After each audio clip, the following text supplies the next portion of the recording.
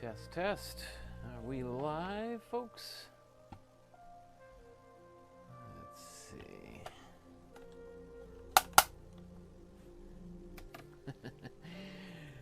Hello, everybody. Welcome to my studio. My name is Michael Markowsky, and today we are not going to be making a painting together. We're going to be looking at the paintings that you guys have made over the past month, I guess, or so. So I'm really excited to take a look at some of these works. The reason why I'm just running a little bit late is I was going through trying to get as many of them as possible together. I think I've got all of them that were sent to me through all the different social media feeds. So I apologize if I missed any. If I have, please let me know, and I'll try to get to them. But what makes me so excited is that's a good problem to have, is that there's so many people participating in the class, so many people making such awesome art that I was a little bit behind, right? So how should we go about this? Because what I want to do is I want to talk about the art that you guys have made since the Alex Katz class, and that was way back in, I don't know when that was now, because we are another 20 episodes, or 10, 12 episodes since then. So I think, and I also really want to spend time talking about the work that you guys have sent. So let's start, let's go back to Warhol here.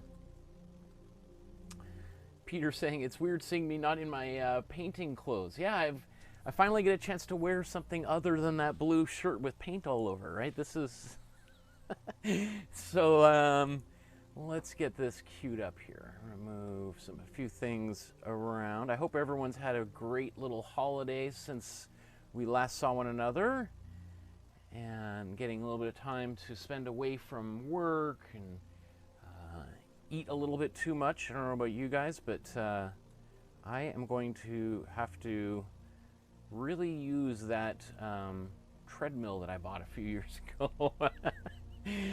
Because I don't think many things I own are going to fit anymore. So it's kind of like not an option at this point.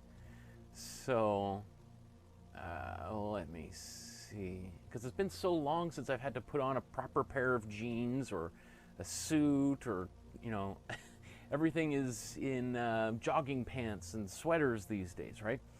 Okay, so let me get, here's my own personal stack of art, and a bunch of my paintings that I made were upstairs in our living room. Because as we're going, I'm getting more excited about the art that I'm making as well. So they find their way into our living room wall. So I've taken a bunch of them off, and let's see.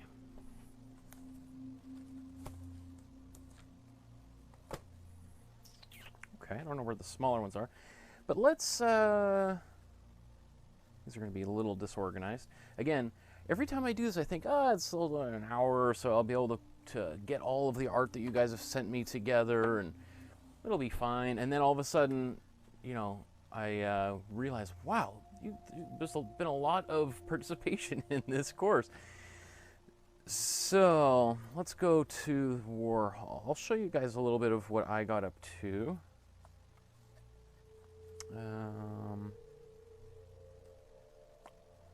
Which way? Do it like this? Okay. So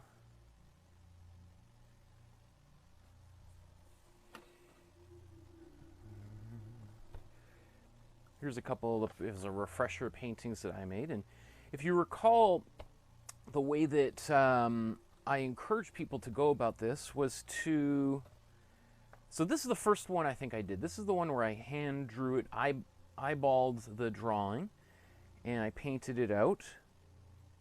And I also showed in this episode how to use the tracing process, or the transfer process. So here was the kind of the results. With this one, we can kind of get away with a lot of stuff, because it's, in a way, all of this in here is fairly abstract, right? So beyond the signature, which I eyeballed, they're pretty similar.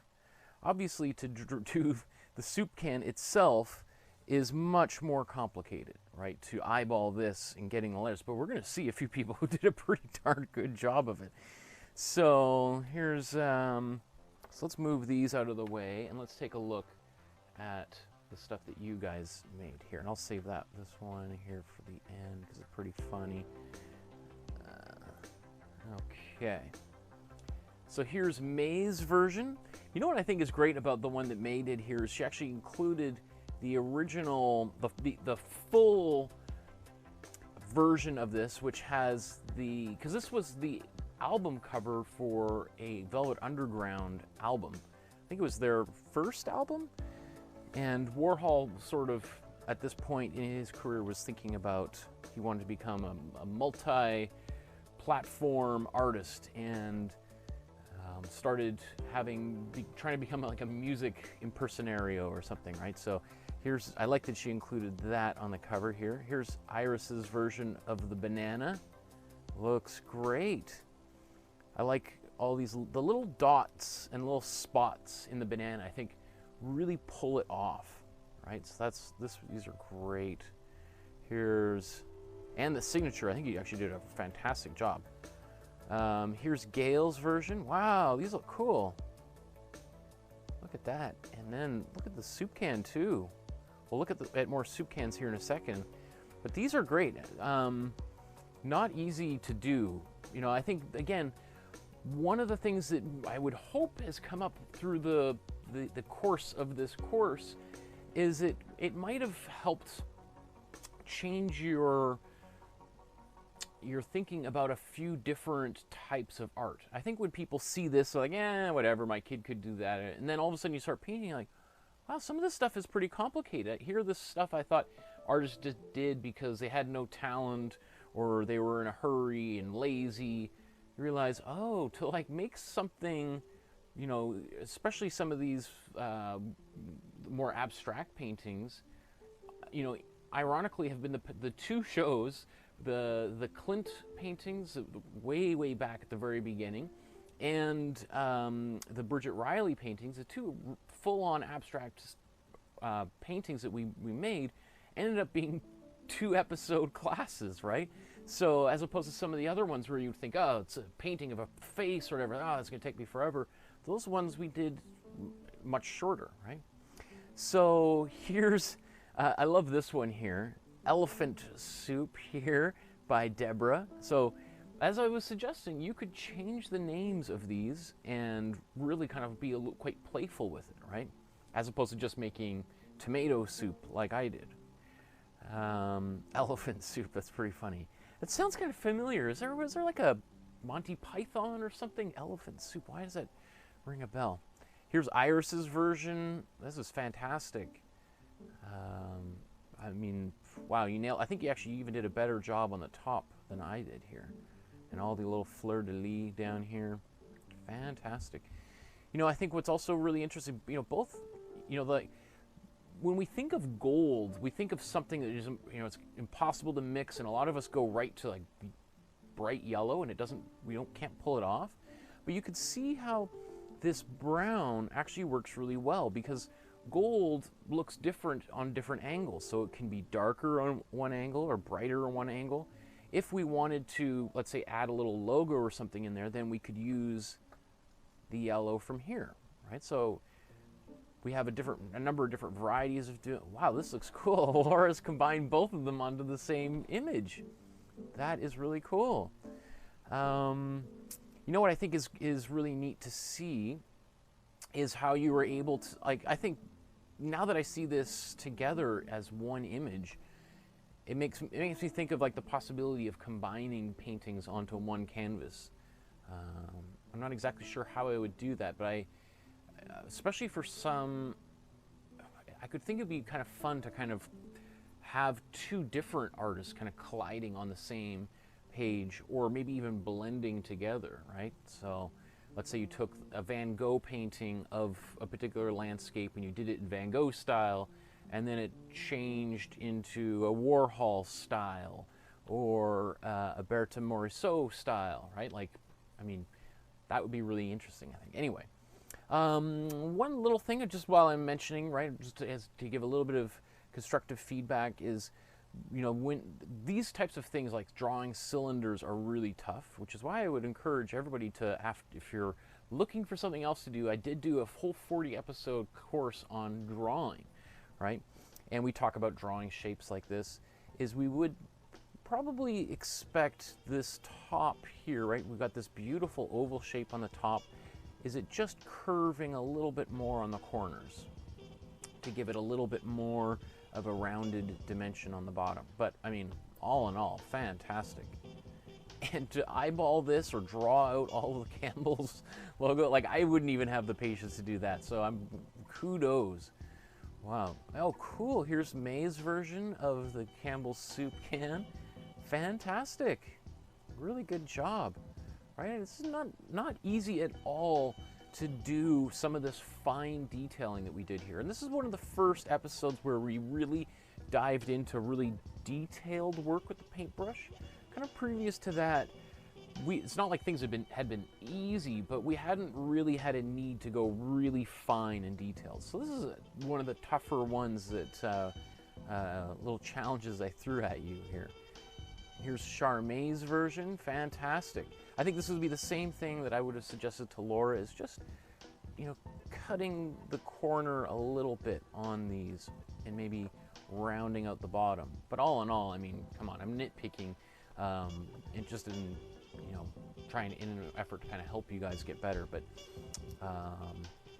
here's Susan's version of the, it's great. This is great, fantastic. I like that there's, again, I can't remember if did I do that on mine? Oh yeah, I did. This little bit of a halo of the yellow around there I think works really well.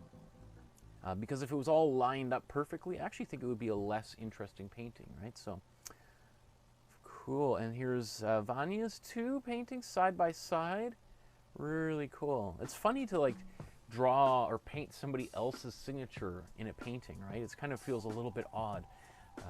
But these turned out both very, very well. So kudos to everybody, especially those of you that eyeballed the Campbell's soup can. You have certainly way more patience than I do. And to do something like that takes a lot of planning so that all the letters are spaced out properly on there. So I'm very impressed by those of you that did that. Okay. So what was our next painting on the list here? Let me just scroll. Just to make sure I do these in the right order. Okay, so it was the Molly Lamb Bowback. Okay, so here's the version of the painting as I did. And we're going to see a few people that I think certainly exceeded my own version of this painting, which is always most exciting to me as an artist. Okay, this is great. Spilling tea all over my own paintings. And actually, just while I make such a sloppy mistake, is if you do get your paintings wet, you want to be a little bit careful, because we've seen how you can basically reactivate the paint on a canvas after you've painted it, which is why some people will do something called like varnishing a canvas, which is to, it's sort of like putting an extra little coat of paint on the very top to seal it in. Well, you don't really have to do it, but oops, there's a little streak on the side. Okay, so in the future, I'm going to try not to be drinking my tea over top of my paintings here. Amateur hour, Michael, what are you doing being so careless? Okay, so here's my version of the Molly Lamb Bowback. I'm just going to set that to dry while I chat away. And then let's take a look at the artworks that you guys did in response.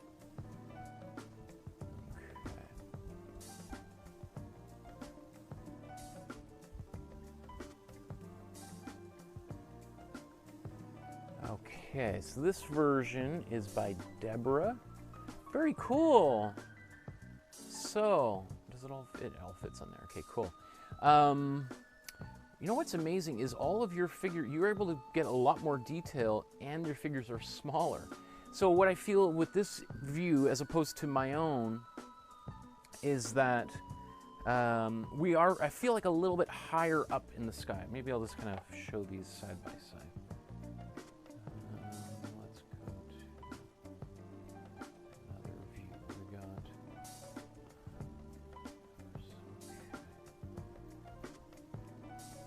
Just to kind of, so it's, you can see mine is a little bit lower in, and then yours, Deborah, is kind of from a little bit upward angle, like you're flying a drone or something on there. Very cool. I think it turned out fantastic. Let's go here to Gail's version. Cool. And I like this kite that you've done up here. And way more detail and character into the people on the ground. Like this person with their little kid. We see the stripes on there, and like these people here, like they really seem to be having a lot of fun. So I love, Gail, that you took the original and then you made it even more personal, right? Started to kind of go in there. They're not just generic people, but you've given them some personality. Fantastic. Wow, look at you guys. So here's another great version. Look at these kites that you did up here. Iris, fantastic. You know, way more detail than I put in. So, you know, wow, that's fantastic. Wow, and look at Laura. Wow, look at the sky. So this, you've taken the sky and really amped up the color, so it's a little bit more kind of like a sunny day as opposed to the original, which is sort of like it was a little bit of an overcast day in the original painting by Molly Lamb Bobak, right? So this is cool. And you know what is kind of fun is you also put this little green stripe of that paint, because the way that Molly Lamb did that is it sort of, she painted her sky very quickly. And so I actually like that you put this in here. It almost looks like another hill further away, and there's like a little bit of atmosphere that's sort of clouding, or not clouding, but just making that other hill look much, much further away. Very cool. Oh, and let's, is it here? Wow. Okay, great. So this is May's version of the painting. Cool. So this feels like a lot more like the original Molly Lamb Bobak, right? Very spontaneous use of color for these kites, right? The way that you painted the people exactly like I did. Again, although with a little bit more flair, like, oops, we'll go just back a second here.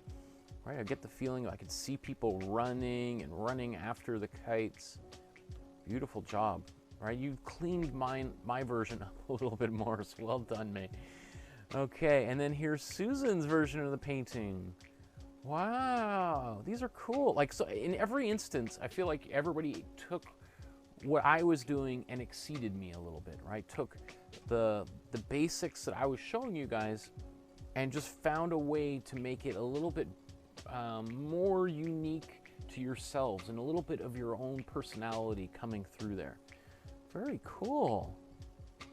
Wow, and the subtlety actually, Susan, with the way that you did the clouds is really nice. So this feels like a bright sunny day, but with lots of clouds in the sky, right? So it feels like a really nice blue sky, but we've got the subtle use of the clouds. So painting, you know, using the paint in this way, I think was really effective for you. And like, you know, see little scarves on these people. Well done. That makes me so excited to see these. This is one of the exciting things for me, is to be able to go back, look at the art that you guys have made, and kind of just take a step out of like the painting mode and just art appreciation mode. Okay. Let me just go back here. There's tons of comments here. Okay, so I'll try to get to some of your comments here after the end of the session. So what do we have next? The Lauren Harris painting is next. Okay, so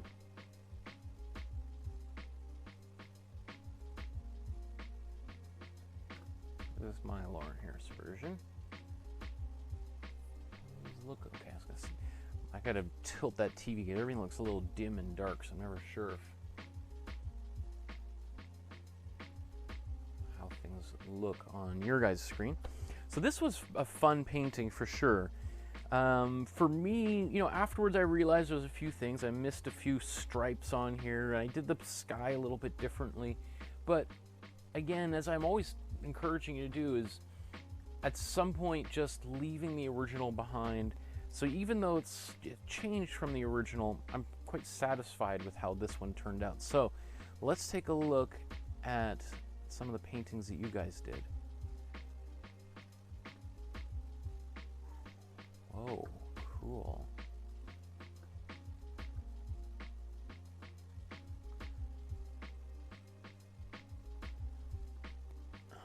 Okay.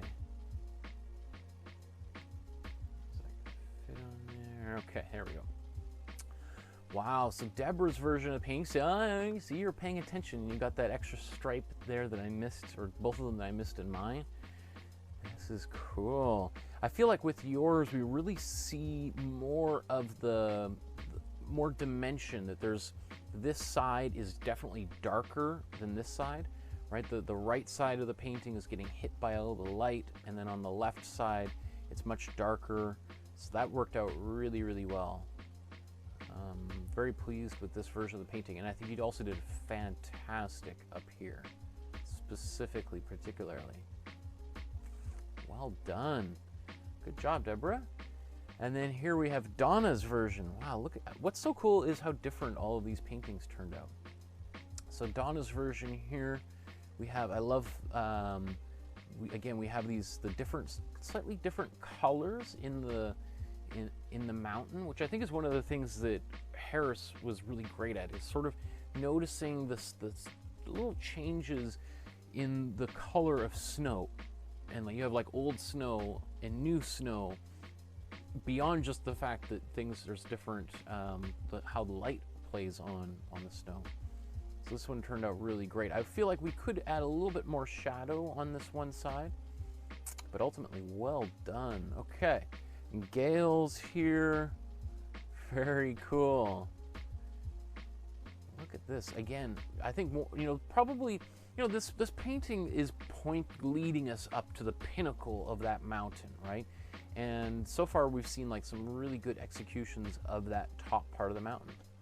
And I see you also changed a little bit of things on with the sky, also to kind of lighten up, which might have been a little bit heavy right here. So you've kind of lightened that up a little bit. And what works really nice is see how nice and warm this water is, as opposed to like the cool sky, right? So this warm blue down here really creates a nice separation and creates some real depth in the painting. It works really well. Iris, whoa, look at that iris. That's fantastic. Don't have much to say about this because this is, I think better than mine. So this, we have really nice kind of detailing in this side of the mountain. If anything, what's interesting is some aspects of his paintings, they have these real hard edges, and you feel like you kind of softened everything up a little bit, like just rounded the edges. And so this painting just has a less aggressive quality than Harris's painting, but still captures the essence of the colors and the look of it. So that turned out really well. Whoa, it's so neat how different all these are, right? Look at that. Look at these bright colors. Wow. And so, if we think about this one, like look how kind of soft some of these edges are, like as we round around here, versus Laura's here, where it's totally the opposite, like really sharp edges, right? It looks like this would be a really tough mountain to climb because it's just like angles, like it's like razor blades sticking up here. Very cool. Look at that. I really like, oh man, these are all so great. Then we have,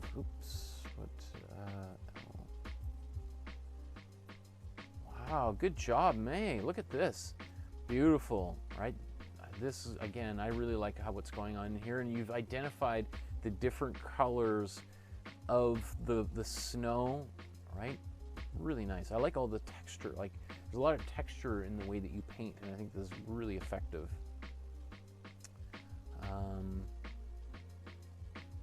Yeah, it's like, especially when you're painting rocks and mountains, is giving the variety, I think, is really important. So all these different angles going in different directions and sort of colliding with one another is how nature works, right? Mountains are these, like, the tectonic plates pushing, and then they're like moving upwards together, right? So they're kind of mashing all together. That's fantastic. Okay, I'm sorry, but I'm moving quickly just because we have so many. Wow.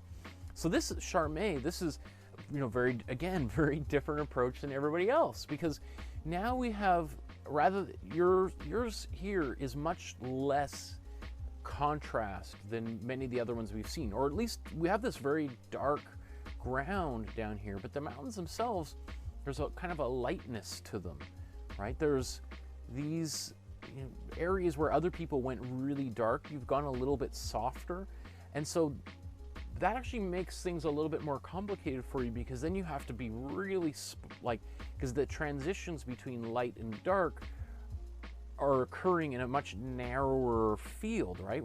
Rather than having black and white on these edges, yours are kind of focused in this area. So being able to create differentiation when you have this little area to play is tough, but you really pulled it off, right? So all these little changes in color really pop. Great job, my goodness. And then Shelly, cool, look at that. So this, what's interesting here is you've kind of compressed the mountains in, which is actually closer to the original Lauren Harris painting. I kind of pulled the mountains out a little bit so that it would fit, because the original painting, I believe, is a square format, and so obviously we have these rectangular canvases, so I kind of cheated a little bit and pulled it apart. And so you've kind of taken this, you still have that rectangular format, and kind of pushed them together. And I think that's really cool. Little things here which I think are kind of fun, just some of the little changes in color, like this little band of yellow in there. I think it just gives it those little areas as a viewer when you're looking at artwork and you see, you're like, oh, that's different. You kind of want to pull people in that way, right? By giving people, like, it's like this little sliver of this bright kind of teal in here. It's all those little things that you know, it's a hook in a song that just snaps and catches you. Whoa, Susan, that is cool. Really nice, like really nice, clean version of this painting. Wow. Like really intensely blue. So again, you've also got you have more contrast than, for instance, Charmaine's painting here, right? So this one has got a lot more grays going on here. You still have those, but the color's a little bit more saturated. But again, the kinds of blues are all happening within a fairly narrow range, right? Because blue is just kind of, we have the cool and warm blue right next to one another on the color wheel. And so you're really kind of doing a great job of creating differentiation in these different slight hues of blue. Very cool. Man, it makes me so excited to see all of these different versions of the same painting coming along. Okay, let's see. How do I do this? Which is our next one after that? The Morceau painting. Okay. So here's my version of the painting. And I'm just going to take a sip of my tea a little away from the desk. A new cup my wife gave me. Big fan of the CBC, who've been very generous to me over the years, and I've made a number of appearances on their radio and television and stuff, and been very supportive of my project, so I'm happy to support a great Canadian institution. Anyway, and new tea. I'm a big tea drinker, so I appreciate that. Okay. So, you know what's interesting? You know, with this painting itself, you know, it was one of those ones where immediately after finishing it, my thoughts were, man, maybe we should have done this much earlier in the course, just because it's maybe not quite as complicated, but I think there's also some really important things that you kind of have to know in order to make this painting. And I think it's also so knowing what you know going into the painting and being able to pull it off so well, I think is also a huge confidence booster for people. Like just looking at the comments I saw from inside our Facebook group, which again, that's the link to the Facebook group. If you're not a part of it, is below. But I saw that from a number of people saying like this, you know, I feel like really excited with the results from this painting. I feel quite satisfied. And that's really what I want you guys to have afterwards. Whether or not you go on to make other paintings is sort of irrelevant. What I want is for you to feel like, wow, I can do this, right? Like I can make these paintings as and not only I can make these paintings, but maybe I could do other things, like maybe skydiving or cooking or I don't know, what other kinds of crazy things you could do out there. So anyway, let's take a look at these paintings here. So actually, maybe let's start down here. So we'll go alphabetically in reverse. So here's we have Susan's painting. I suspect it looks like the colors were a little bit different. So here, let me just see if I can adjust color.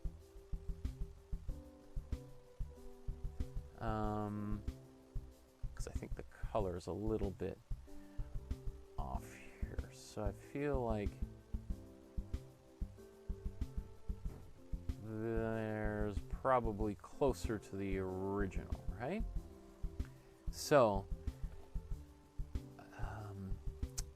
this was a really fun painting for me to paint too, because again, it's one of those things that I thought was like, oh, this is probably gonna be a little more complicated, and then you start getting into it and you start painting it, and it is not easy, but it's certainly satisfying to pull it off, right? I mentioned that earlier, but for you guys, but for me, I had that same feeling too. I mean, what's not to love about this? Really cool. What I think is really nice is it looks, and I don't know if this is just the color, but I like this purple that you put in here. That's not, I guess I had a little bit of purple, but yours a little bit more intense, and I feel like that makes these flowers just even more sort of lush and fresh. Great job, Susan. Okay. Whoa, look at that. Wow, that is cool. I love how big this rose, or is it a rose? I can't remember. Let's see, I think it is a rose, right? It just looks so big. Wow, very cool. Imagine buying a rose that big at the store, right? People would be very jealous. So just go back. Great painting, really nice, really satisfied with how that one turned out. You should be really proud, Susan, or Sue, sorry.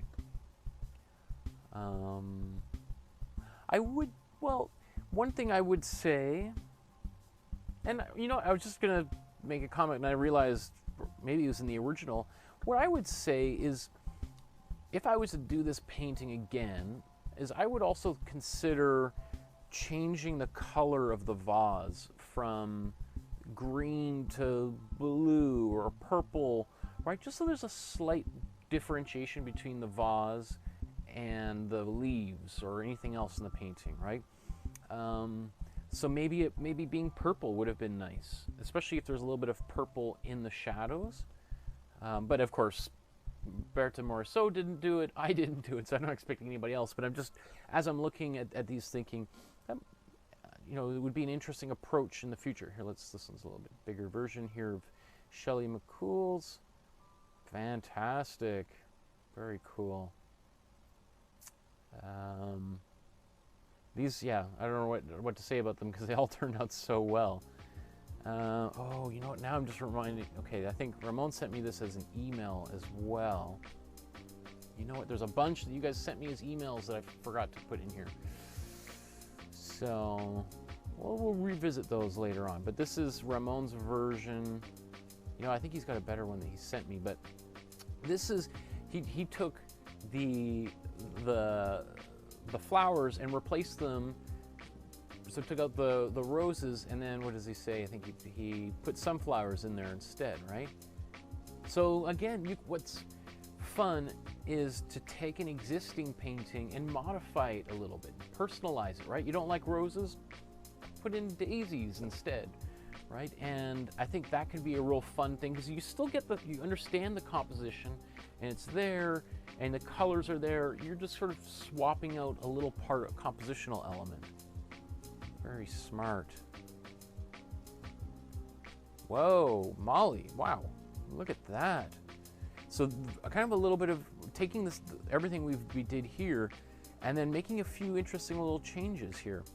Going a little bit darker here with this purple here, I think actually is really nice. I like how it's a little bit heavier and darker down here on the bottom, and a little bit more intense shadow. But you know what's also kind of fun here, and it's not something I really noticed, is inside of the vase, this circular aspect, which really mirrors the circles in the other flowers. So that's actually the way that you've done that.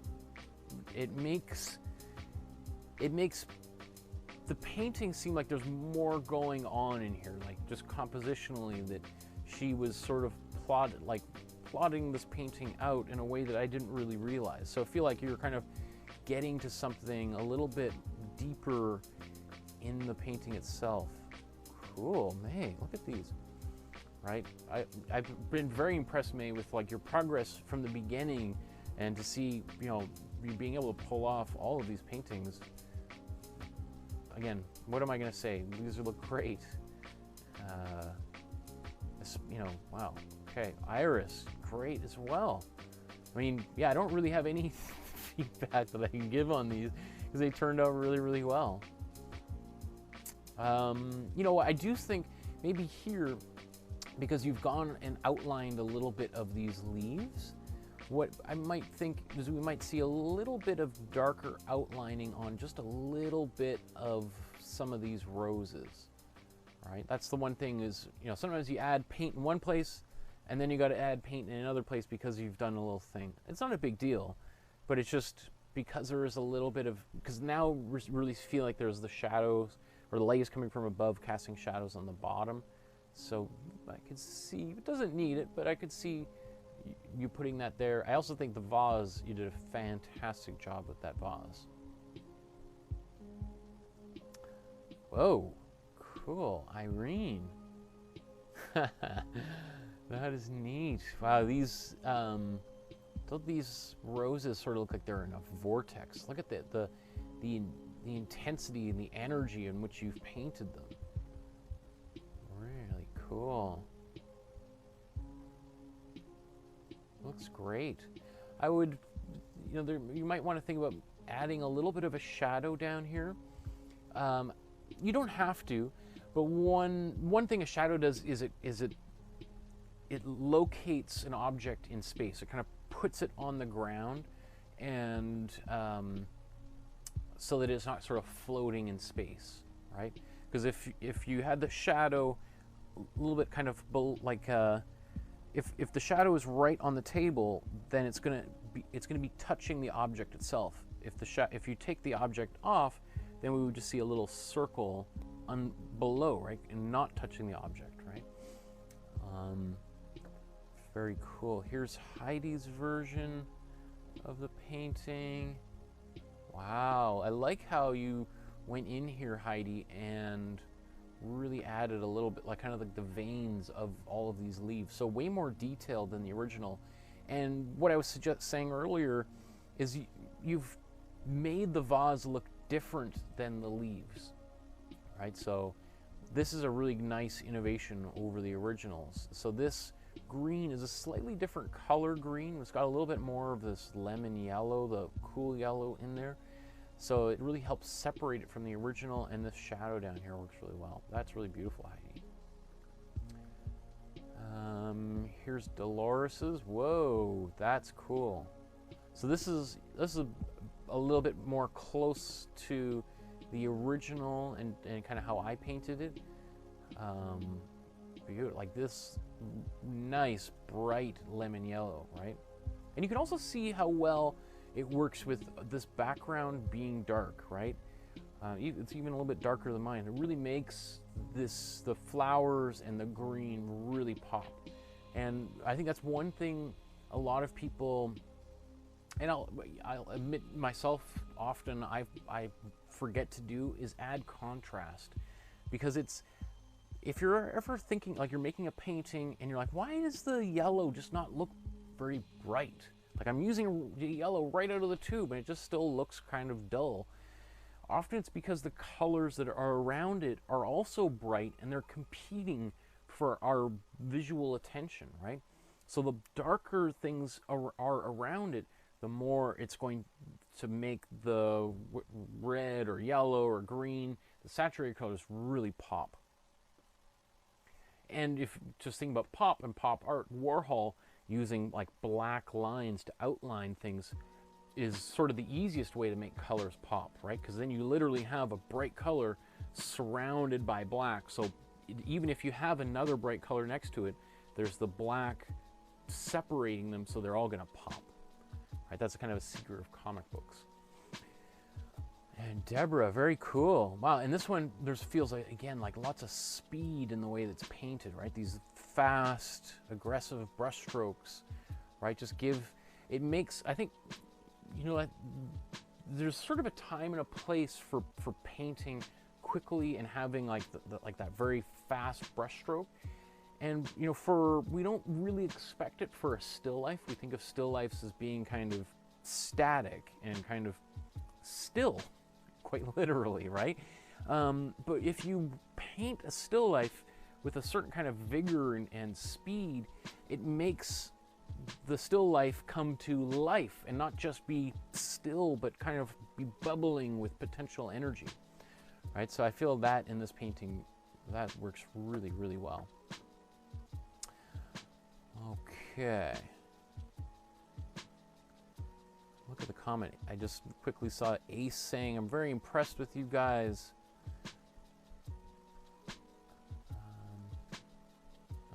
Okay. So, I didn't get that many submissions from you guys from the Banksy. It might be just because it was a little bit of a different process that we were exploring. Totally understandable. But I'm happy that I was able to demonstrate it so that you could potentially in the future use the stencil approach to making other kinds of artworks rather than graffiti. I don't think anybody taking this class is interested in doing. But once you kind of have an understanding about how to use a stencil, then potentially there's lots of other uses for it, even in so-called more traditional painting approaches. So here's Deborah's version. You can see this one's hand-drawn, right? And then what I like about this is Deborah's taken it and then sort of put this image back in its original context, on that big wall in Palestine. I think it was on the Palestinian side. Or I think he also, or they, who knows who Banksy actually is, painted this on both sides of one of those walls in the Middle East. Very cool. So this is a very fun idea to kind of put it back into its place. I like that. That turned out really well. And actually, you know what? This does look like it might have been using the stencil. So, very cool. Whoa, look at this. Iron. So again, taking the painting and doing something, taking the painting and doing something really different and fun with it. Right? So here in this case, this kid is literally flying through the air. It's funny how it didn't even occur to me to put like a sky blue as a foundational color and then to stencil these things on there. So this is why I love doing this kind of thing, and why I love teaching, is often like students will show me things that just never occurred to me. So these two ways that you guys have approached this, very creative, give, you know, now that I look at mine, I feel like, oh, just on a plain, boring white canvas, right? When there's so many other options out there. Oh, wow, this is Molly's version. Wow, I think it's hard to tell. I think this is the hand-drawn one, and this might be the stenciled version. I can tell the stenciled version because the strings are much longer, right? That's one of the things I was thinking about after I created that stencils. Maybe some of these strings should be shorter so that you don't have to spray paint so much red on there to cover them up. These look cool. And so it looks almost like one is, are they both on paper? This one on the right looks like it's on canvas board, and this one's on paper.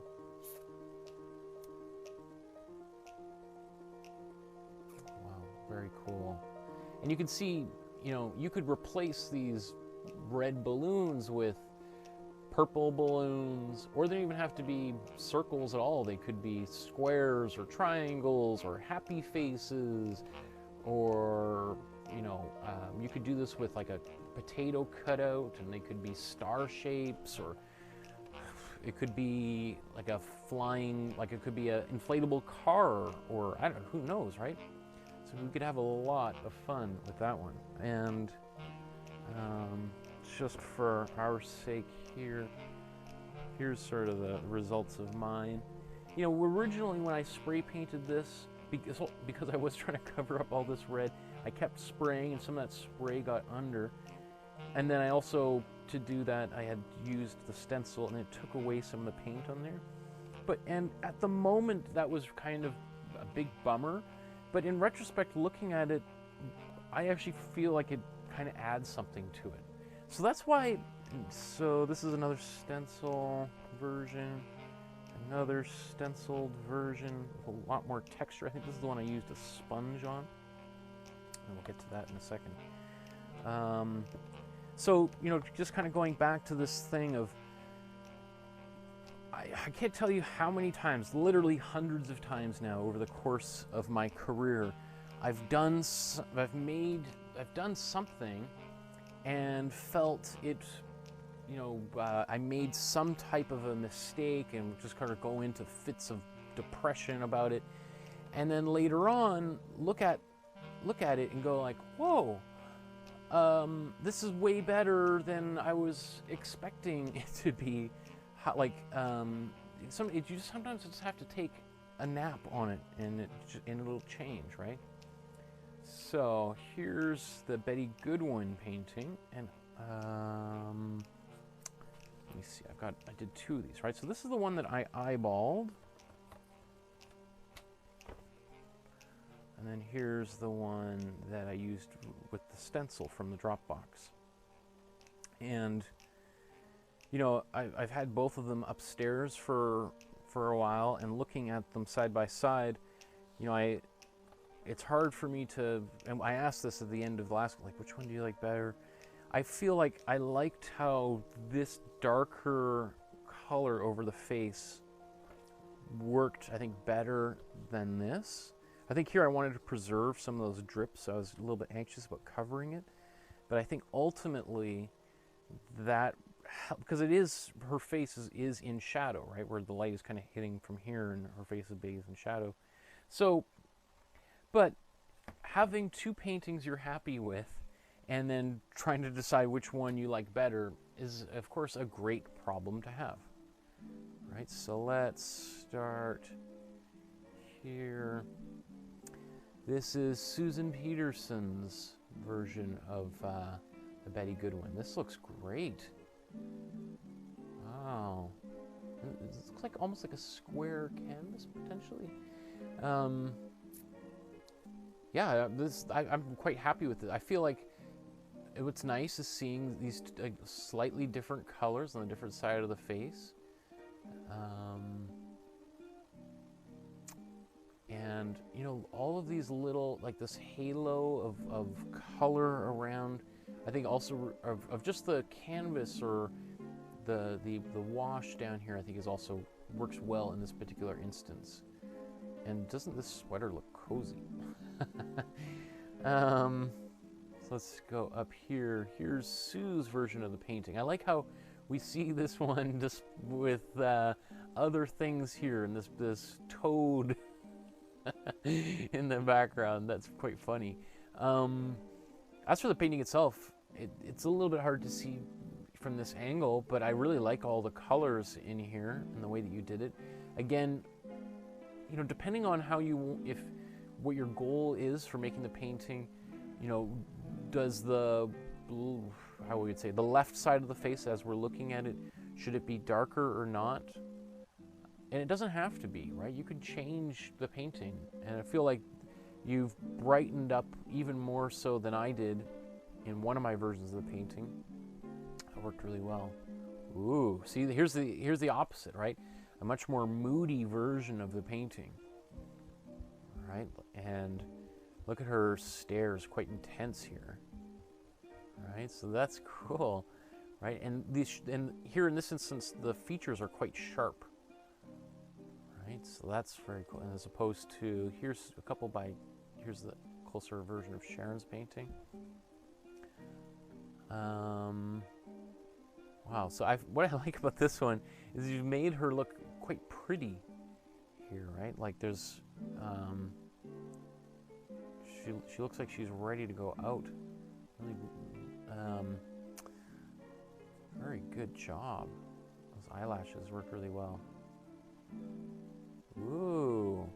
I think if I remember when I was looking, I was, again, doing all this very quickly, but I feel like the one on the right, was the first version of the painting, and then Molly did a subsequent second version of it, which, you know, again, so often we make that first version of the painting and we're not happy with it. What I'm so proud of you for doing here, Molly, is going back and trying to make it work the second time around. And everything you learned in the first one is coming through in the second one here.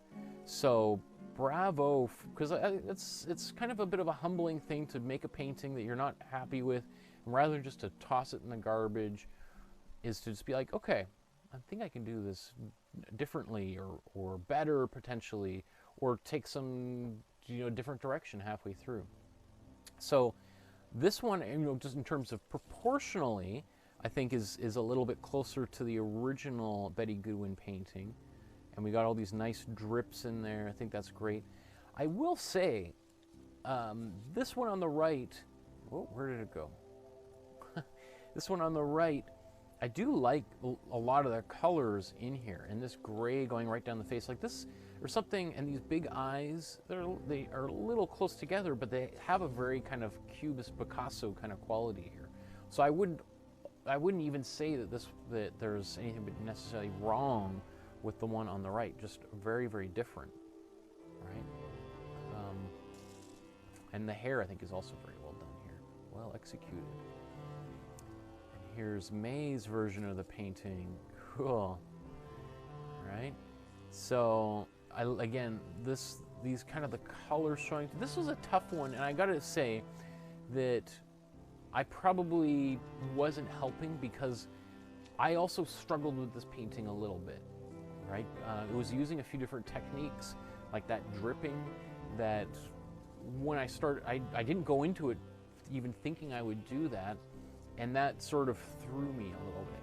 So I'm actually quite amazed by the results of your guys' paintings in comparison to mine, considering the person who's demonstrating all this stuff to you was having their own difficulties.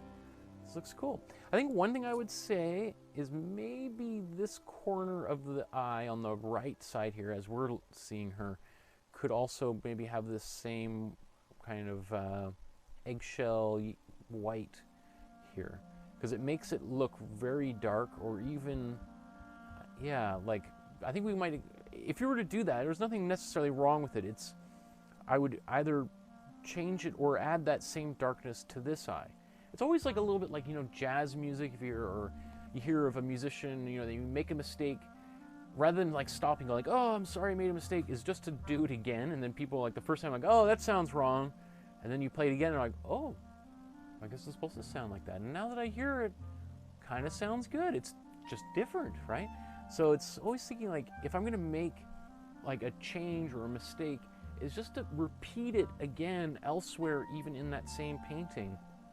And then it seems like you're doing something deliberate. And that's always, I think that's the most important thing in any kind of art, is that sense of some sort of deliberateness. Convinces people that you know what you're doing, even if we don't. Okay, wow, look at this iris. This is fantastic. Great, I like these eyelashes here. That's really nice. I may even want to consider adding a couple more eyelashes on this side, since they're so well defined. What am I going to say? These are great, you guys. Wow, Gail, nice job. Right, I personally really liked this, the actual original painting by Betty Goodwin. You know, it's not really very well known painting by her particularly. I think it's like sold at auction for like $5,000 or $6,000, so it's not necessarily like a famous painting by her. I just really liked it, and so it's cool to see it over and over and over again. Wow, cool. I like all these colors on here. And what is with it? Almost looks like there's Deborah, you've kind of sprinkled some white all over it. Like maybe it looks like you've taken a brush. Like one of the techniques you can use if you get some paint on your brush is to kind of flick it like this. And you hold it back and then just flick, and the paint kind of splatters on things. So it kind of has that look of like it's snowing or something going on. Very cool. And also, like, talk about the contrast in these different colors on one side of the face versus the other, right? I think which is a big part of the original Betty Goodwin painting. Okay, Michael, I gotta keep moving here. Okay, what was next on our list? Let me see, how far are we in here? We're only, how many have we done? We've done 1, 2, 3, 4, 5. How about, at this stage, what I'm going to do is I'm going to do a quick transition, and I want to talk about the paintings that you guys have sent me of your artwork. Because so far what we've been looking at is the paintings you guys have made in class in response to or along with me while I've been painting.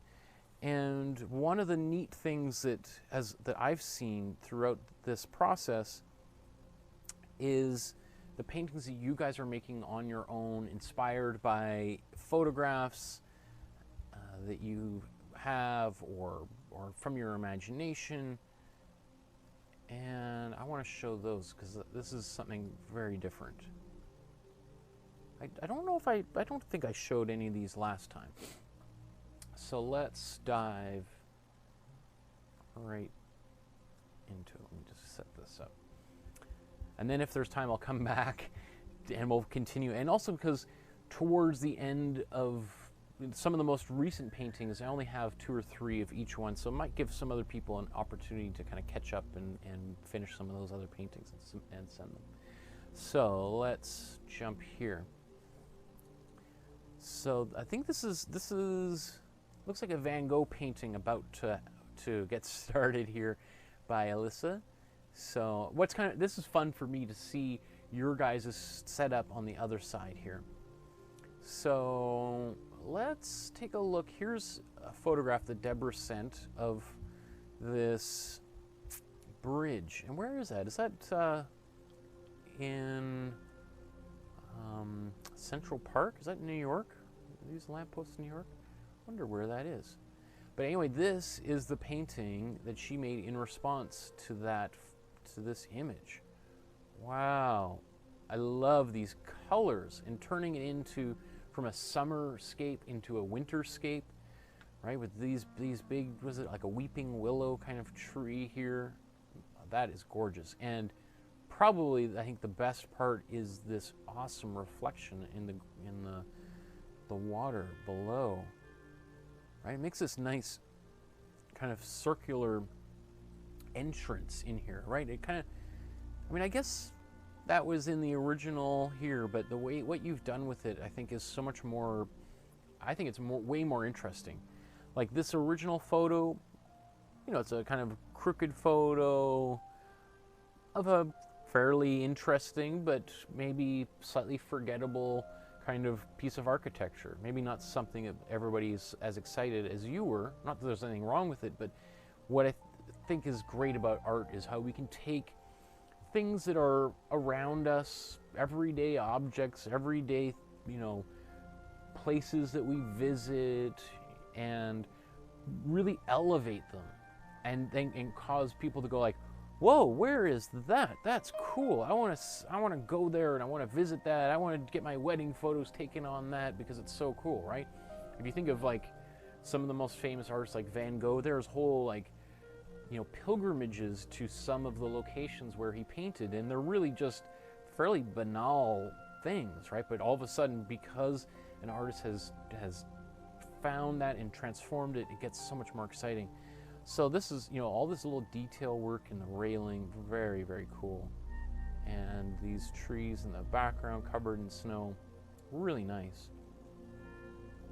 I feel like the shadows, or the reflections in the water look really good. In fact, it has like an ice kind of quality, which is, you know, I grew up in Calgary, and I remember there's a number of, like down, was it Bowness? I can't remember. Is it the Bow River or the Elbow? There's like you can go skating along the river, like the Rideau Canal in Ottawa, and it can be, that's like one of the funnest things, is to go skating on a river, not just a lake, but a river, and because you can go skating for like a couple of miles or kilometers in a line, which is, if you're used to skating on an indoor hockey rink or something, is just kind of mind-boggling. Okay, let's take it. We're going to keep on moving along here. Here's another image that Deborah sent in that she was reproducing, and again, we'll see this, and it's, you know, kind of a pretty photo. This reminds me of like Algonquin Park, and then boom! Look at how you transformed it. And you know, we have this sunset, and it looks like the sun has already kind of disappeared here, and you've brought it up a little bit, and it feels. I actually prefer your painting to the photograph. I like how you've got all of these little trees silhouetted against the horizon, and then you've inserted these kayakers, which are not in the original. All right, so we get the feeling that this painting is being painted from inside of a kayak, which would be tough. That would be a balancing act. I've kayaked a few times, and I don't know if I'd feel confident enough to bring a painting or an easel or anything in there. I'd be too worried about tipping over. This looks great. I mean, a couple of little things. I would say this is a little bit dark on the sides, a little bit too much black in the paint. Depending on what because what this looks like to me, with a little bit darker on the sides, is that the water is very shallow here. Like it's almost like rocks, right underneath the water. Which maybe that's exactly what happened. Maybe this is kind of, we have a beach kind of on these sides. So it feels like very, very shallow water. Like this person just jumped in from their canoe and paddled out. So we want a little bit more blue, a little bit more transparency over there, but ultimately very effective. And this, I mean, the sunset or sunrise over here is beautiful. And there's nice sharp edges in behind. Very cool. Okay, so saw a little bit of a sneak peek of it, but here we've got Deborah's painting of this, looks like water crashing onto the beach. And we have, again, the water spray from like I think it was your Betty Goodwin painting that had the snow cover on it. So that is cool. And these islands off on the horizon and this moon. So it's kind of this moonlit beach. I think that's really fantastic. I would say maybe the beach feels very, very well lit, like maybe a little bit brighter than it would be under moonlight, but very cool. Okay, so we're gonna move on here. Here's some paintings by Deborah that she's done totally on her own, and this is great. I love it's in a frame and everything too, right? That's what I want. I would strongly encourage all of you to start framing your work, hanging it in your house. Remember, even if you don't want to get a frame, you can get these like very cheap little command strips, you know, like little Velcro. You could just use duct tape if you don't care about the tearing the paint off of your wall, but or you can get a cheap frame. But having your art up in your house that you guys are making will also help build that confidence. Right? Because even if you're not totally happy with your paintings, I guarantee you other people who see them are going to be super excited. And I think that it'll also inspire other people to get interested in art and take classes of their own, because as you see, as I think everybody watching me right now, I'm sure had that same feeling at the beginning, like, man, the road ahead is so far and steep, I will never get there. And then here you guys are painting these amazing paintings and then starting to make your own paintings off on the side. Like, that's the dream. It's the dream that I think, I wouldn't say everybody wants to know how to paint, but I would say the majority of people are doing what you guys are doing right now, right? They always, like, because everywhere I go, well, whenever I'm in a, who knows when I'll be in a group situation again, but, you know, I've gone to so many different kinds of events, and I'm standing next to somebody, and somebody, oh, what do you do? I make art. Oh, I've always wanted to learn how to paint. I've always wanted to, and I mean, I would say half the people I talk to who aren't artists tell me that, right? At least, right? So you guys are out there doing it and learning and being able to express yourselves, I'm sure is opening up all sorts of other avenues in your brain. And it's really good for memory too, especially if you're a little bit older. Painting is a good way to keep your memory intact. Very cool. Drawing cars is not very easy, so this is a really well done version. You know what's kind of interesting is these wheels, because they're not, you know, if there's anything you would expect to be painted black in a painting of a car, it would be the wheels, but because they're gray like this, it does give a little bit of this sense of movement, right? That they're moving too quickly to be fully kind of, because black is going to kind of lock things into place. So I do have a feeling like the wheels seem to be moving a little bit. Very cool. Yeah, I mean, nice straightforward painting of a car. Especially, you know, if you have friends, you got a husband or brother or son who's really into cars, or just anything else. Like, I was thinking, a fun way to connect with people in your life is to explore some of their interests while you're painting, right? So maybe you're not interested, maybe you don't care about hockey, or you don't care about sports, right? But, you know, ask your partner, usually probably a guy, but not always necessarily, but like, who's your favorite football player? And try to make a painting of the logo to that team, or a helmet, or gloves. And then, boy, oh boy, that's a great way of like making somebody feel like you're really kind of trying to learn a little bit about what they're interested about, right? Or conversely, the opposite. Somebody in your life is really interested in, you know, a particular book. You know, they're, oh, my favorite book is On the Road by Jack Kerouac, or a Margaret Atwood book, right? So let's say paint a version of the cover, right? I've shown you the technique, how you can take a photograph, how you can trace it out onto a canvas and reproduce it very, very carefully and faithfully. That would be a great gift. And you don't just have to give presents on Christmas either, right? Wow, look at these great variations here. Donna's I'm trying to say two thoughts sounds. Great painting of a, what is this, a canary? Or a parrot. I'm not a big birder, so I don't really know all the, but has that kind of, looks like the parrot from our Frida Kahlo painting.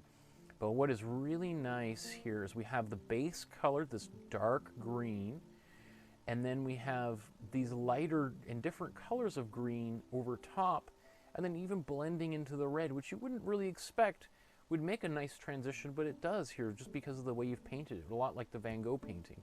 And then surrounding it with its complementary color, this red, right? The color totally the opposite on the other side of the color wheel is red from green, and like really pop, like those colors are so bright.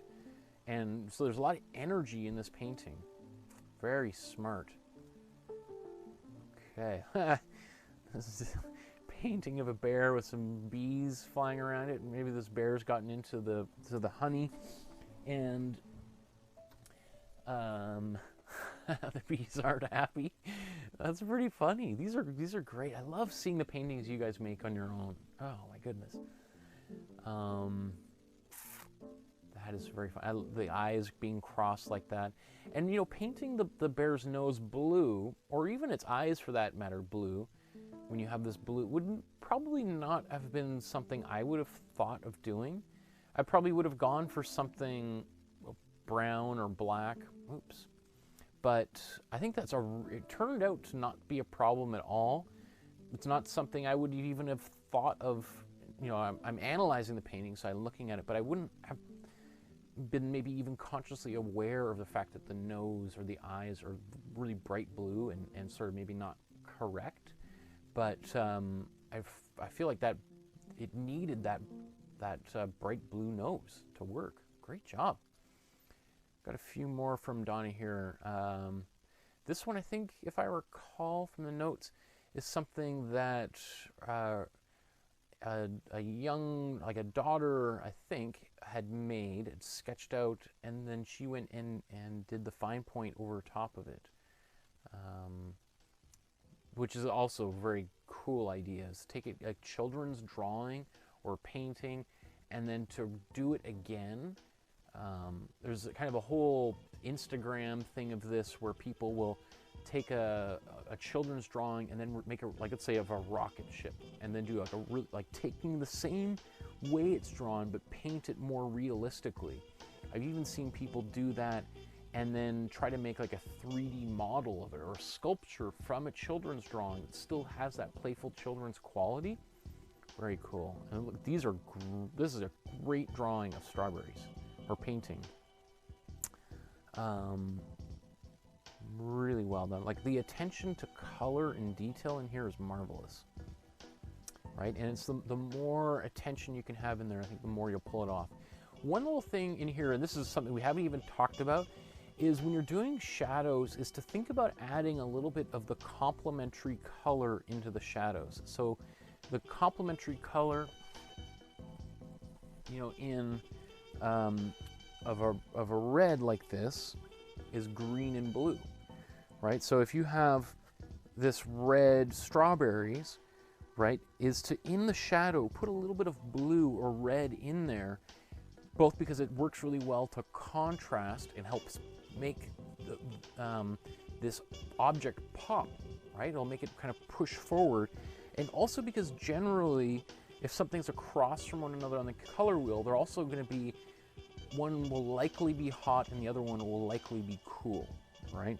Not always, but often, like let's say, you know, if you're using these colors here, we have a warm yellow, and on the other side here, we're getting into a cool purple, right? Versus, let's say here, we have a cool yellow going towards a warmer red, right? So on and on and on. So you not only have contrast in color, but also color temperatures, and this can also makes things really pop. So I would suggest putting a little bit of very subtle green into the shadow. It might really help separate them. And we have a little llama painting here, and it looked like maybe you also knit a little llama blanket, which is super adorable. Right? This is like mother and daughter, kind of like our Klimt painting, except to transform it into some llamas. That's very cool, right? And this texture you got on the llama, now that I really look at it, is very impressive. I don't know if those are all hundreds and hundreds of little tiny brush strokes on there, which would take a lot of patience. But you were able to get really nice And it's not all just one color, but we have sort of a bunch of these slightly different kinds of white in there with some grays, and I think that's just really, really nice. And I want to show these two that you also uploaded to the Facebook group, which again, if you're watching this and you're not a part of the Facebook group, the private Facebook group, which I'm keeping quite small and just to people doing these classes, it's not for everybody in the world, because I also don't want people selling all sorts of, if you notice, isn't it weird how there's these people who have these fake accounts that keep trying to sell tickets to this class? Every time I open up Facebook, I'm having to delete these things where people are trying to sell tickets to a free class. Anyway, I can go on. That's cool. Look at these. So these are, I think, drawings that you made and turned into coasters. I also just want to note here, I think also Donna sent this. This is an exercise we did in the drawing class. So I showed people how to take any kind of photograph and then grid it out and transfer it, enlarge it onto a separate piece of paper. So I think this is kind of an early, or one of, I can't even remember, to be honest. This is 6 months ago or something I taught that course, but I can't remember what stage of the class we did here. But so another little hint, if you're looking for something different, I think knowing how to do a little bit of drawing will make huge improvements in your painting. I mean, often people think of drawing as sort of a means to an end when it comes to painting, right? And it's only recently that drawing has really become an art in and of itself, but for the most part, just learning how to draw a little bit and get some more accuracy in your drawing is really going to help improve your painting process. So if you're feeling like your paintings are always a little bit awkward or strange and never quite satisfying, it may not have anything to do with the painting itself. It could often just be the drawing that's come in earlier. So we're going to move on here to look at Gail's artwork that she sent in. That's great. Look at this. This big giraffe. You know, you can see when I talked about complementary colors on the opposite side of the color wheel here, right? So you could think of look how bright. So for instance, like some of these colors are when they're kind of placed side by side, right? They just they can't be contained, right? And using that black outline is another great way of making colors, especially brighter colors, really kind of explode. Okay, this is a really fun one. This is great. It has this kind of a stained glass quality, and this looks kind of like a J.H. McDonald or A.J. Canson, you know, Group of Seven painting, right? It's got, you know, this kind of Algonquin hillscape in the background with the trees in the foreground. Very Group of Seven-ish kind of qualities going on here, and these bright kind of those bright reds that you see in Ontario and Manitoba and Quebec, for instance, particularly those big tall trees with the bright red leaves. Beautiful. Yeah, I mean, and also I feel like the sky is a little bit cooler and has a more white tint in it, versus the lake in behind here is a little bit warmer and makes it feel closer to us. So, and then whoa, look at that. That's a beautiful bird, and the leaves on the trees with these little tiny, I don't know, cherries, or I don't know what kind of berries are on there, but that is really cool. So this looks like maybe a watercolor, I imagine. But watercolor is one of the most difficult materials to use. And so you've done a fantastic job of using it. And the attention to detail, the overlapping, you know, I think maybe some people would not have thought to put kind of a brown on some of these leaves. But I think if you didn't have them, it would look just too simple. And putting in that little bit of contrasting color, it's also a complement. It's not entirely complementary, but it's like a reddish brown, so it is on the opposite side of the color wheel than the green. So I think that worked out really, really well. Whoa! So we have this, somebody's taken some time to tan on here on the beach. Very cool. And those stripes certainly make that booty look that booty's gonna get a lot of sun, right? That's great. That's fantastic. It's funny, all these different stripes in different kinds of ways that you've applied here. 4 different kinds of stripes. And then even there's a little bit of these vertical or horizontal lines in the ground and the horizon. That's very cool. Very funny too. That's great. And let's look at this. Whoa, what are we looking at? This is, I like these people walking in the rain, and then these, is this the sidewalk here? And you know, these big brush strokes on the top make it look like there's a lot of rain coming down in buckets on these poor folks with their umbrellas trudging through, and then their reflections in the sidewalk. That's great. These are really cool, you guys. I can really start seeing like your personalities coming through. Wow, holy smokes, great job, Gail. You know what, the drawing really reminds me a lot of a number, there's a Van Gogh painting along the shore. So it almost looks like you've taken the Van Gogh painting and then transposed it onto like a Algonquin Park kind of thing, which I've spent a few times in Algonquin, so I have a love of that park. But it's kind of fun to see this similar motif, but in a kind of different place.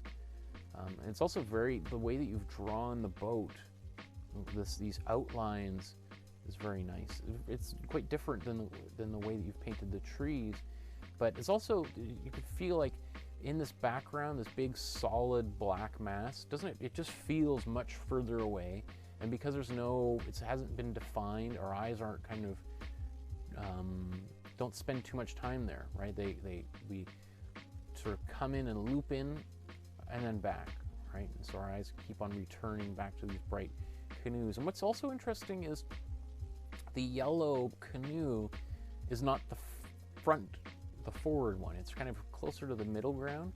And I think that was very smart too, because if we would put that big yellow canoe right up front, it might just take up all of our attention and we would just get stuck looking at this one canoe. So often what's nice is we want that movement of the eye, which doesn't matter clockwise, counterclockwise, or zigzag, but just so their eyes are moving around, and rather than just sort of seeing one thing and then moving on, it keeps us going. You kind of trap us into the painting here. I think this is from earlier. I may have shown this before now, but this is cool. This is Heidi's painting setup here. Look at all the different colors here. This looks like a crafts maker's dream. Very awesome. And this might have been, I did do a few years ago, a version of how to paint the Scream. So maybe this is what Jeannie was working on here and sent this to me.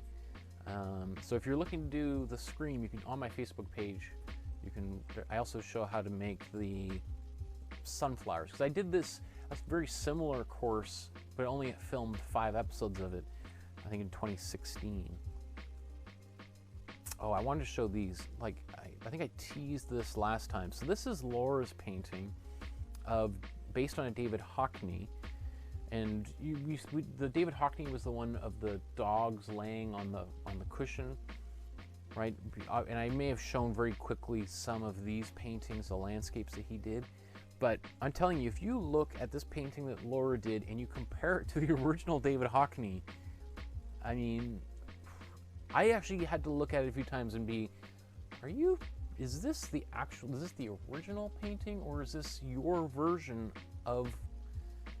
And the more I look at it, the more I'm not even sure, because it's like, especially.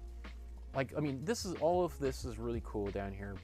Absolutely nice, bright uses of colors. Again, this red contrasting with the green, right? This beautiful purple here with some yellow, right? All that works really well. But look at what I think is most spectacular about this is the atmosphere that's created when we start adding some white into these colors, right? Because when we start adding white in here, we start creating distance. Like there's like the sky and the water and the whatever else is in the oxygen we breathe, right? The further away it gets, the colors tend to get muted.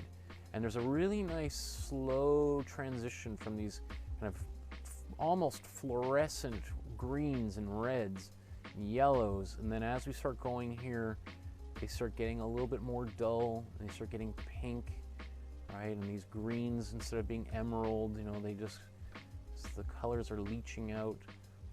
Fantastic. That is gorgeous painting, Laura. You should be really proud. And here's, oh, this looks like, I think May was also doing the drawing class as well, so sent in these from the drawing class. So there was, and I think she gave it to someone too. So here was the original sketch where I showed people how to use the grid method, and then continued, and look at that. That is, sorry, why am I straining to look closer? I just enlarge it. That's great.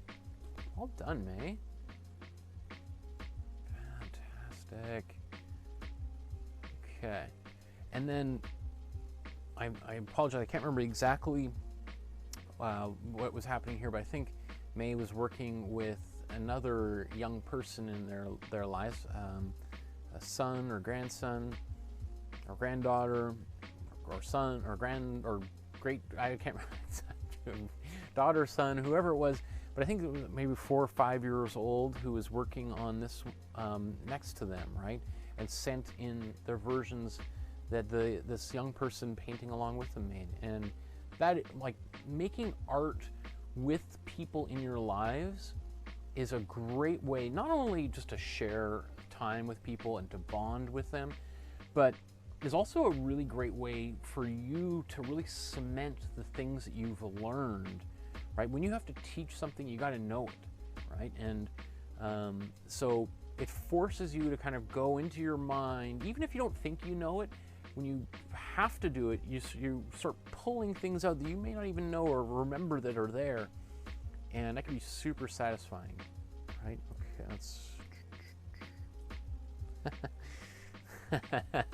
that's great. This is so funny. This banana, and I like how they tried to write out the words. That's a keeper for sure. Very cool. I like that. And then here's these the Van Gogh. Wow, your Van Gogh turned out really great, man. And then this, wow, this kid's painting of the Van Gogh is pretty cool. Like, if you didn't know it was based on a Van Gogh, you may not be able to tell where they're from, but just the approach and this kind of fearless use of the paint and letting it kind of get very wet and the paint to kind of blend together is what an interesting innovation. I like that a lot, right? It's not something you would expect, but you know, it would be really hard for me to allow myself to make a painting like this child did, because I, like probably many of you watching, are always trying to make it look right all the time, whereas kids don't. They have, or at least when, especially on the younger, have no clue what right or wrong, good or bad, when it comes to art anyway, is. And they're just so excited about just manipulating paint on a surface. So this is your niece's 5-year-old daughter. That's awesome. Wow, and they've got a great teacher and fellow company artists there to work with them. Great job. Thank you for helping to inspire the next generation. These are Natalie's paintings. Here's one of a cat. Very cool. I like this on this background here, surrounded by other art here. And then this one is of this sword. Oh my goodness, I can't, it's kind of, the quality is kind of falling apart, so I can't see all this chainmail. But that's pretty amazing. These are cool paintings. Let's try to zoom in. Wow. What's nice about painting this cat on this black background, I wonder if the whole painting was painted on black and then we're adding white, but it really makes the white and these other colors really pop, right? We talked about contrast. You can't get much more contrast than black and white, right? And so all of these whiskers just leaping off the page, right? It's almost like just an explosion of color, and kind of looking upward here in a very hopeful manner. It's a very positive painting. And this is, yeah, I mean, I would be so interested in seeing a higher resolution version of this, because this chainmail on there is just fantastic. And even the kind of the way that this burnished steel or whatever this shield is made of, very cool. That's neat. That must have been a real pain to make that chainmail. I'm very impressed. Well done. Here's Ramon again. Let me see. I think Ramon sent me these as emails too. Very cool.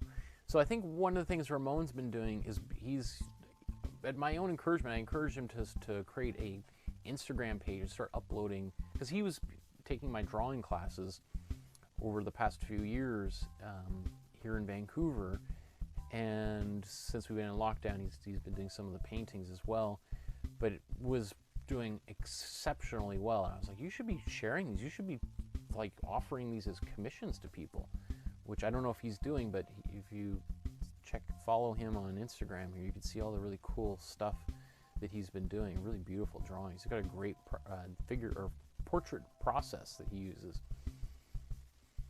So who's this? This is my first portrait done 33 years ago. Oh, so he says, oh, that's really sweet. He stopped making portraits a couple of months ago, or he stopped making portraits 33 years ago because he didn't like them, and then just started up after taking my class. Very cool. So I don't know if this is the one from 33 years ago, but he's also got, we saw one of his other ones there, so wow, okay. I think just in terms of time, what I'm going to do is, because I think I still got another 20 or so images from you guys of your personal work. So I'm just going to focus on finishing off these paintings that you guys have sent me of your personal work, and then we'll let you guys, send in the works that you're making based on our most recent classes in, because I find this very enjoyable. So I want to look at more of these. So this is Charmaine sent in a photograph of this guy sitting on a bench, and then made a copy of it. Very cool. So here's the original, and then the copied version. And I can't remember, I think she did say wasn't particularly happy with the results of this one. I think, there's a lot of stuff that's going on really, really well in this painting. I mean, I think the face, there's a little bit of compression there that I think whenever you're doing a painting of somebody and you make the face, that's generally where we get most frustrated about the results. So if you take the face right out of a lot of paintings, that can take a lot of pressure off.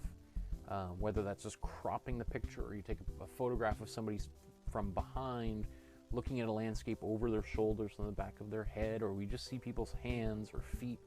All those things can kind of alleviate a lot of that problem.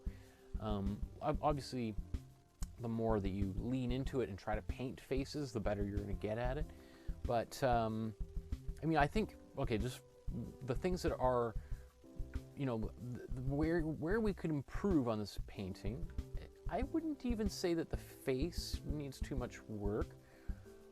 The other things I think where we could make some changes are, this sweater feels like, like a bit of a blob, right? Big shape.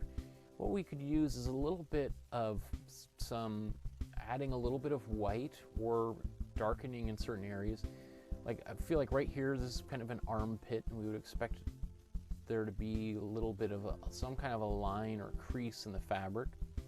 And this is probably a sleeve here, so maybe there'd be a little highlight on here, then a little bit darker here, whereas these two sleeves, one on the other, and then another crease. It looks, you can see a bit of it, but I think we would amp that up a little bit, and I think that would help give, same thing on here, a little bit of definition to this shape, this sweater, because right now it's one big solid shape.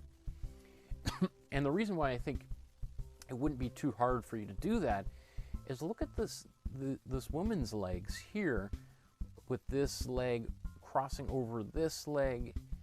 That is fantastic, right? And we can see how you've got this nice highlight on the top where the light is hitting on this knee and shin. And then we have the thigh here. We have one type of brown, and then a darker one here where we've got the core shadow, and then we have some reflected light. So all of this stuff is stuff that is clearly within your wheelhouse and that you're able to do. So I just think fixing this sweater would go a long way to helping with this painting. Other little things are, you know, the way that you've done the bushes and the background. I really like this background here. I think that's very effective. There's a little bit of a disconnect between the way this is painted and this is painted. So they feel like two different things, even though I assume that they're the same plant or something, right? So it's just a matter of just adding a little bit more consistency, so there may be a little bit more black inside there, I think would be helpful. Otherwise, all of these diagonal lines are really cool. So I think that you're much closer than I think you thought you were when you sent that painting to me earlier. This is beautiful. Wow, what a cool landscape. What's really nice, we've got this nice warm color that you've applied to get started, and you can just see how it comes through everything. It's this warm orange, just infuses this warm summer day with a lot of nice warm energy and light. So it kind of glows, like we were talking about the Thomas Kincaid painting a little while ago. Very similar kind of approach. Great, this is a really, really nice painting, Charmaine, great job. I think maybe should we just rotate this and see how that looks? Trying to remember, I think these two were based on oh yeah, so Pierre Boncopain. So these images are based on another artist's art. So what I think is really cool, Charmaine, is you got inspired by this whole process and decided, okay, I'm going to take the same idea and try to make some other copies of other artists' art. And really cool. That's a really beautiful painting. Beautiful job. And this is also super cool. Wow. I'm not familiar with this artist and with these paintings, but if there are anything like your versions, I mean, I'd be very excited by them. Well done. I even like, I think, you know, the way that you kind of outlined this on this paper, I could see that also working really well on a canvas. There's no rule that says when you're painting on a canvas that you got to go right to the edges. We have in this class, but there are plenty of examples of artists who leave a little border or don't paint right to the edge. And because I think one of the instincts people might have is to just go take this grid and go right edge to edge. But by leaving a little bit of a border, somehow it feels a little bit more dreamlike. Okay, so let's keep on moving here. Here's another one Charmaine sent of these people walking, and then decided to make this painting of it.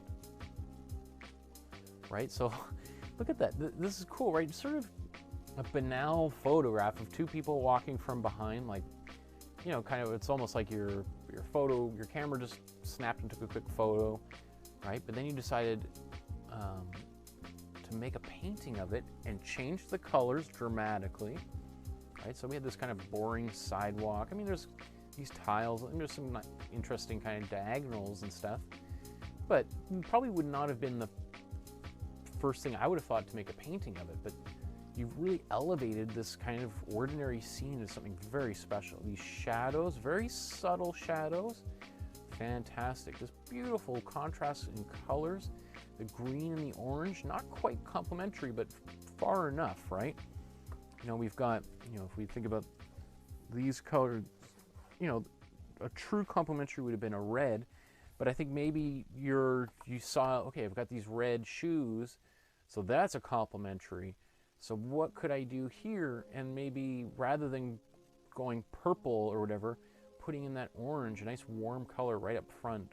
Fantastic. This, you know, especially that and this painting, Charmaine, you're really hitting some home runs here. And then here's another one you did. I think this is the original, right? So here's a photograph. Looks like you found a photograph online and made a copy of it, right? Your own version of it anyway. And I personally think the painting you made is way better than the original photograph, right? So here's just the photo, I think the painting isolated on its own. The sky and the way that the light is sort of reflecting into the clouds and kind of, I really feel like they're rolling in. We've got the sunset rolling over the horizon. Beautiful, beautiful stuff. That's cool. This also reminds me a lot of the very similar approach to that David Hockney used, right? So this looks like, this is a David Hockney painting originally from let's say the 90s, I would say, if I just off the top of my head. And then this version, Charmaine, that you did looks a lot like the more recent David Hockney paintings that he's been making in the countryside in England. So David Hockney used to live in Los Angeles, still has a studio there, then moved back to England. Very cool. Okay, so we'll move on here. This is Shelley's art, and I pulled this into this folder a while ago, so I apologize. I can't remember exactly where, what the story behind these were, but these are amazing drawings of dogs. I don't know if these are all your pets, Shelley, but you must have a very lively household if they are. But it looks like some of these, like here's, I think, the photograph and then your versions of them, if I'm correct. Right? Very nice. And I often think like you can take a fairly average photograph of a pet and really transform it into something spectacular. I would really encourage. It's something tricky to do, but it's not impossible to and you can apply all the same things we've been doing in this class to painting a pet, as when we've painted David Hockney's dogs and Suzanne Valadon's cat. But it'd be also very interesting to see if you have pets too, to try to make a painting of them. So here's a painting that Shelley did, and I think gave this as a gift. And if we just take, here's the photograph. I think you glued the photograph on, or taped it onto the back of the painting, which is also fun. So maybe this was like a photo or a card that somebody mailed to you, and then you decided, I'm going to make a painting of it. And again, the photo, I'm sure, is a very pretty photo, right? Kind of a special moment between maybe father and son or something. But the act of transforming it into a painting is probably, for these people who are going to receive this gift, even more meaningful, right? Here's a moment that they shared together, and then you're elevating it to like fine art. Really cool. And we still, everything is there. Like we feel there's this little kid who's pointing at something, and they're looking in this direction off to the right, and then this adult, I think it's a male figure, is sort of crouching down, and I can feel them looking over to the side too. Really cool. This makes me so happy to see how you guys are taking things we've done in class and making them your own. Wow, and here's Shelley. I think, if I recall, I believe this was after having done our Banksy class and using a stencil. I could be wrong, but I feel like, if off the top of my head I recall in the comment or for this post, that's how this was done. So as I was mentioning, you can take the idea of using stencil or using tape, and you don't even have to be making paintings on canvas with them. You can be using it to do furniture or signs, window painting.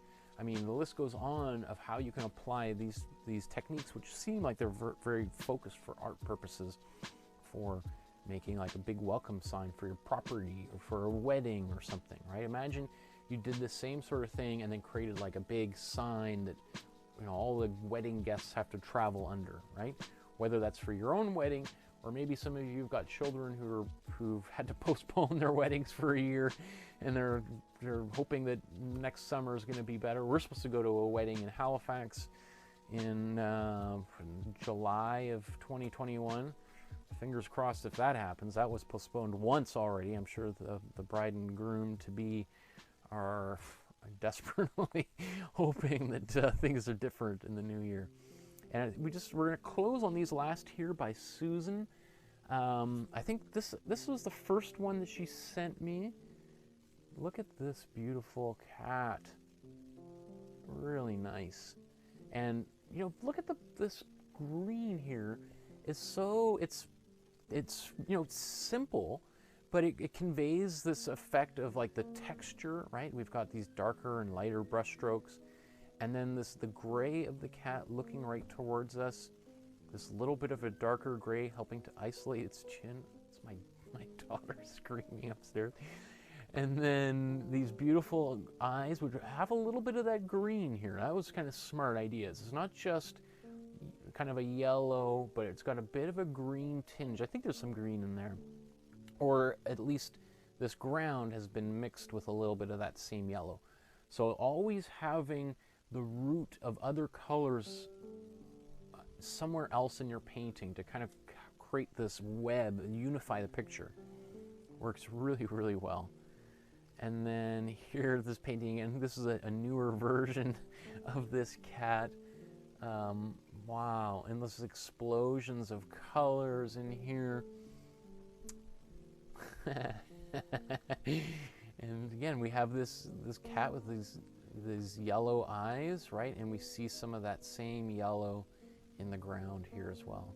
And then in the shadow here, you know, I could have seen maybe even a little bit more red, very like a brownish red in here. I think would work well to help with that shadow.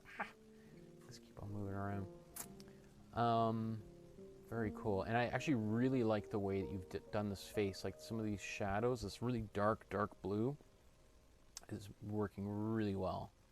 And just that little bit underneath the chin, a little bit underneath some of these arms in there to helping kind of push one form in front or behind the other, depending on the situation.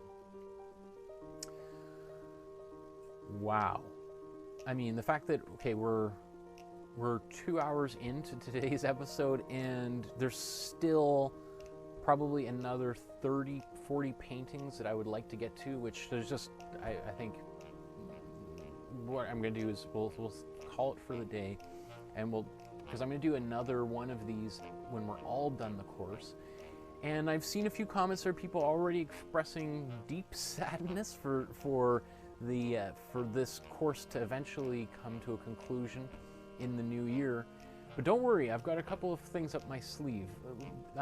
So good things, not all things must end. The course will come to an end, but I'm still going to be making paintings on Tuesdays and Thursdays. I was supposed to teach a class at the university in January, and I declined them because I want to spend more of my energy doing this kind of stuff.